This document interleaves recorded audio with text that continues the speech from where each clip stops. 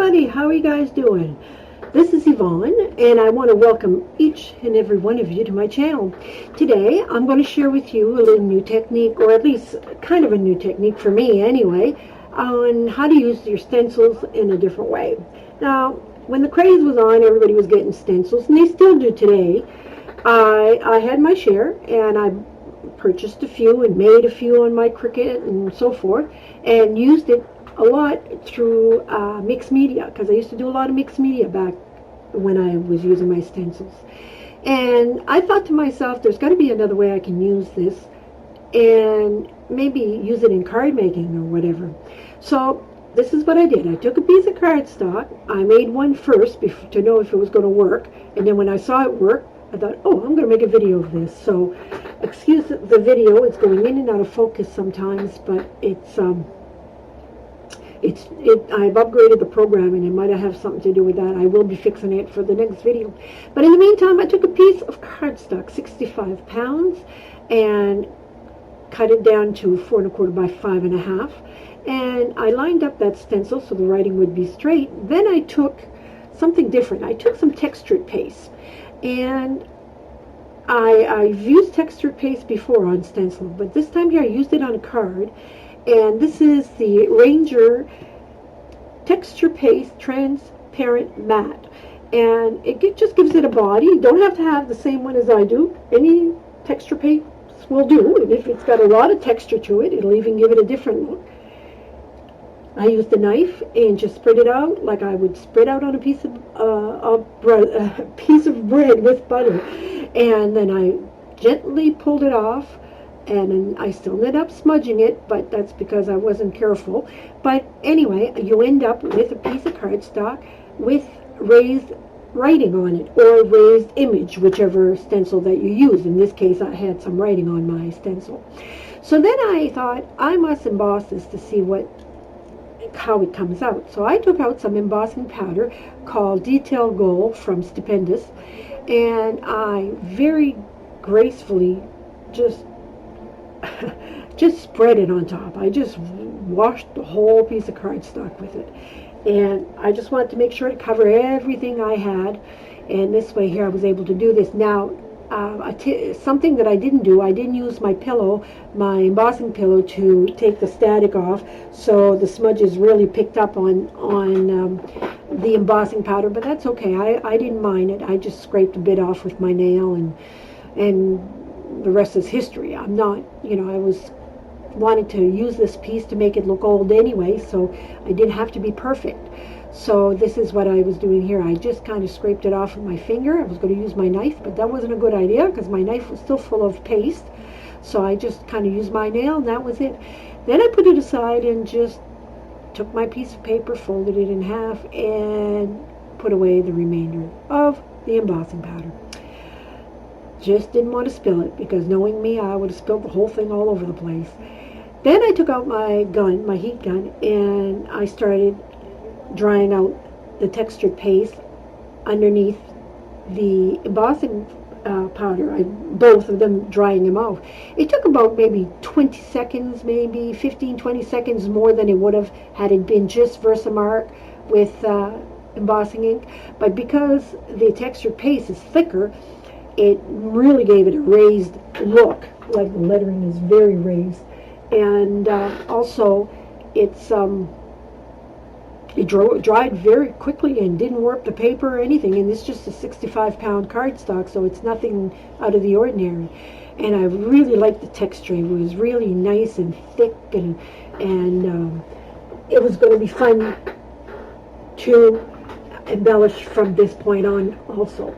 So then I thought, okay, well, I want to embellish this. I'm going to put some ink on here. So I went looking for a color that I would want to put on there. And since I wanted it looking a little vintagey or old, I came back with the Ranger's Distress Oxide ink, and it's called Vintage Photo. And I was super pleased on the coverage with this. Super, super pleased. I just laid it on top here and just...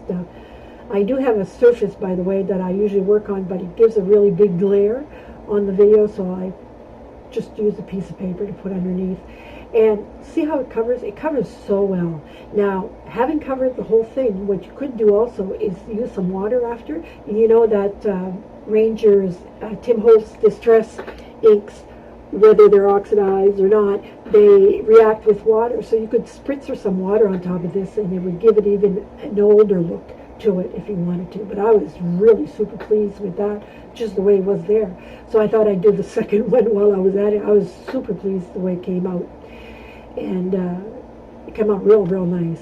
So I was on the roll. I did the second one while I was at it. Whether I use it or not, I wasn't sure. But I wanted to finish it off.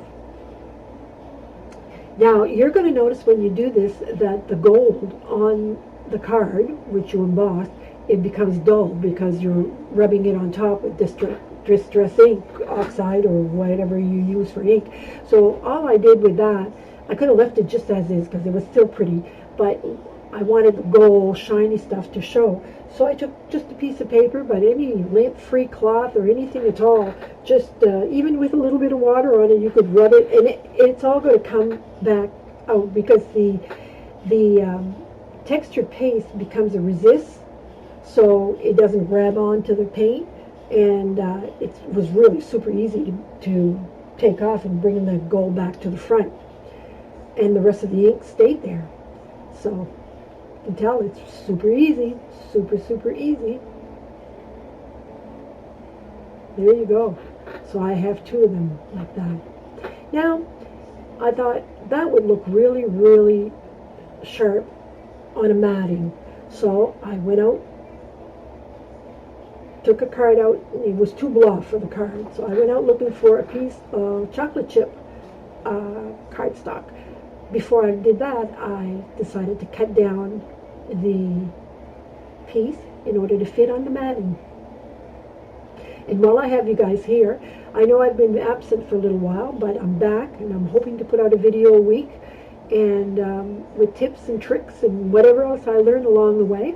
And I hope you enjoy these videos. Please leave a comment if you do, and if you don't, leave a comment just the same. I'm open for suggestions.